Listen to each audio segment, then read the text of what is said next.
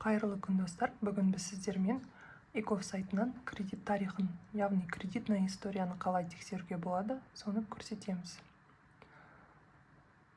Бірінші поисктан Иков сайтын тауып аламыз.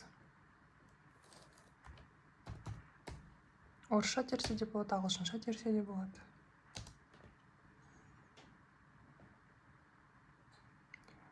Бірінші шығып тұрғанға кіреміз. Иков страницасы ашылғаннан кейін войти деп кіріп аламыз бірінші сайтқа. Жалпы Иковқа кірудің 4 жолы бар. Компьютерден ол логин пароль арқылы, мына жерге и интересы және пароль. Парольді ұмыт қалсаңыз, забыли пароль деп кіріп, ары қарай через почта арқылы немесе ЭЦП арқылы восстановление жасауға болады. Екінші ол ЭЦП кілті арқылы, яғни алыстағы адамға, қасыңызда жоқ адамға осы ЭЦП арқылы ала беруге болады. Кредитный история егер сізде қолыңызда ЭЦП болса. Үшіншісі ол Digital ID, біздің бет бейнеміз арқылы, яғни сіздің тікелей қатысуыңызбен ғана кіруге болатын нәрсе. Төртіншісі бұл QR код арқылы, яғни телефондағы Иков Mobile қосымшасы арқылы QR кодты сканерлеу арқылы кіруге болады. Бүгін біз қасымызда жоқ алыстағы адам болғаннан кейін ЭЦП арқылы кредитный историяны тексереміз. Выбрать сертификат деп басамыз. Осындай терезе ашылады. Осы жерден компьютерда қай жерде сіздің ЭЦП кілтіңіз сақталған, соны тауып аласыз.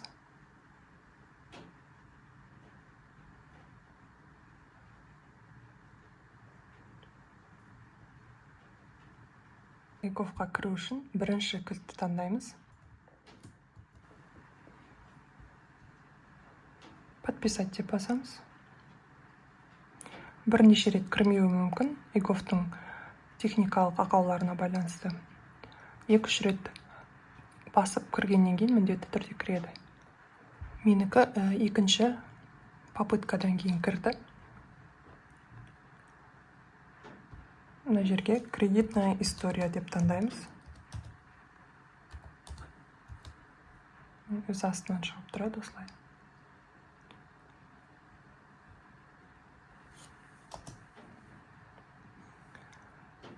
Осы жерден получение персонального кредитного отчета деген таңдаймыз. Заказать услугу онлайн.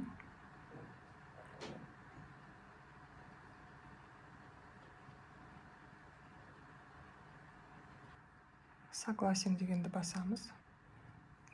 Перейти к подписанию дегенді басамыз.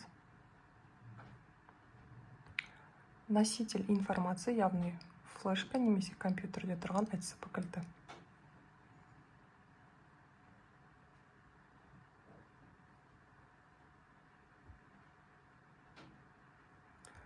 Енді бұл жерде біз ЭЦП кілттің қол қою үшін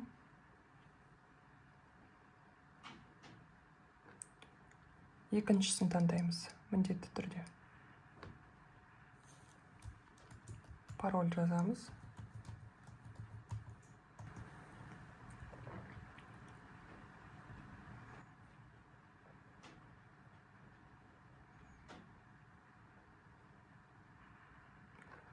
Төлеуге өтеміз.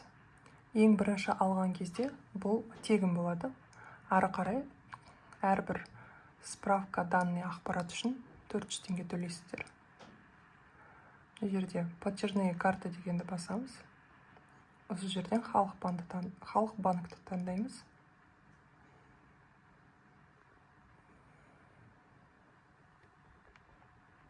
Бұл жерге номер карты, айын, паролін бәрін жазамыз.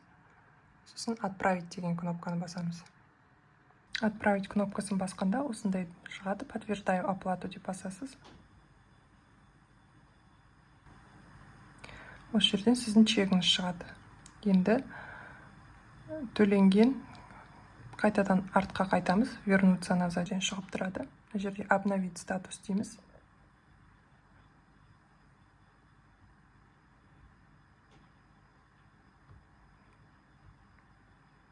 міне отчет шықты. Открыть отчет дегенде басамыз. Отчет PDF форматта шығады, оны почтаға немесе WhatsAppқа сразу жіберіп алуға болады. Бүкіл сіздің өмір бойы алған кредиттарыңыз, займдарыңыз, рассрочкаларыңыз барлығы осы жерден шығып тұрады. Видео ұнаған болса лайк басып, комментарий қалдырыңыздар, каналға міндетті түрде жазылыңыздар. Көп рахмет.